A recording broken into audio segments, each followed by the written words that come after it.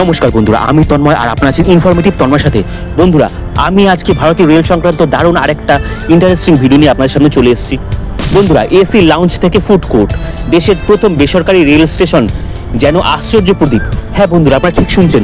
গত ভিডিওতে আপনারা যেরকম বেসরকারি ট্রেন সম্পর্কে শুনেছেন ভারতের, তেমনি আজকের প্রতিবেদনে আমি নিয়ে এসেছি ভারতের বেসরকারি রেলওয়ে স্টেশন। হ্যাঁ বন্ধুরা, ভারতেও কিন্তু বেসরকারি রেলওয়ে স্টেশনও আছে। তবে আপনারা জানেন কি, বিজেপি সরকার ক্ষমতায় আসার আগে থেকেই ভারতে রয়েছে এই বেসরকারি রেলওয়ে স্টেশনটি। 2007 সালে এই স্টেশনকে বেসরকারি সংস্থার হাতে তুলে দেয় কেন্দ্রীয় রেল মন্ত্রক। পরিসংখ্যান অনুযায়ী বিশ্বের সর্ববৃহৎ রেল নেটওয়ার্কের তালিকায় ভারতের স্থান চতুর্থ। বর্তমানে গোটা দেশে প্রায় 70,000 কিলোমিটার এলাকা জুড়ে রয়েছে ট্রেন।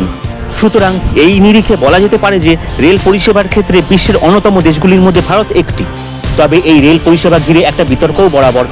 বিজেপি ক্ষমতায় আসার পরেই জানিয়েছিল যে দেশের বেশ কিছু রেল স্টেশনকে তুলে দেওয়া হবে বেসরকারি সংস্থার হাতে, অর্থাৎ স্টেশনের পরিষেবা দায় দায়িত্ব সবই দেখবে বেসরকারি কোনো এক সংস্থা।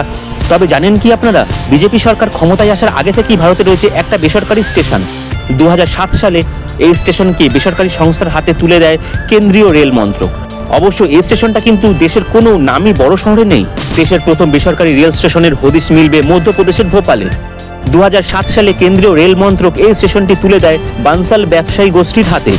সেই থেকেই তারা এই স্টেশনের দেখভাল করছে। ভোপালের এই হাবিবগঞ্জ রেলওয়ে স্টেশন, যা পরবর্তীতে নাম পরিবর্তন করে রাখা হয় রানী কমলাপতি রেলওয়ে স্টেশন, পরিষেবায় কিন্তু কোনো বিমানবন্দর থেকে কম নয় এটা।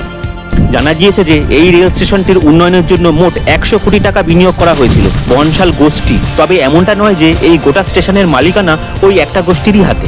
রেল মন্ত্রক সূত্রে জানা গেছে যে পিপিপি মডেলে এই স্টেশনের মালিকানা নির্ধারণ করা হয়েছে, যার অর্থ গোটা স্টেশনটিতে পরিষেবা প্রদান ও উন্নয়নের কাজ একটি বেসরকারি গোষ্ঠী সামলালেও তাদের প্রতিটি কাজে নজরদারি চালাবে কেন্দ্র সরকার। তাহলে এখন জেনে নেওয়া যাক যে কি কি পরিষেবা রয়েছে এই স্টেশনে। যাত্রীদের কথায় এই হাবিবগঞ্জ স্টেশন এক নিমেষেই টেক্কা দিতে পারবে যে কোনো বিমানবন্দরকে। নীল সাদা রং স্টেশনের, যাত্রীদের জন্য বাতানুকূল অপেক্ষায়মান ঘর বা ওয়েটিং রুম, পরিষ্কার পরিচ্ছন্ন বাথরুম ও ফুড কোর্ট। স্টেশনের স্তম্ভে স্তম্ভে রয়েছে সিসিটিভি এবং কড়া নিরাপত্তা। তাহলে বন্ধুরা, আজকে জানতেই পারলেন যে ভারতে বেসরকারি ট্রেনের মতো বেসরকারি রেল স্টেশনও রয়েছে।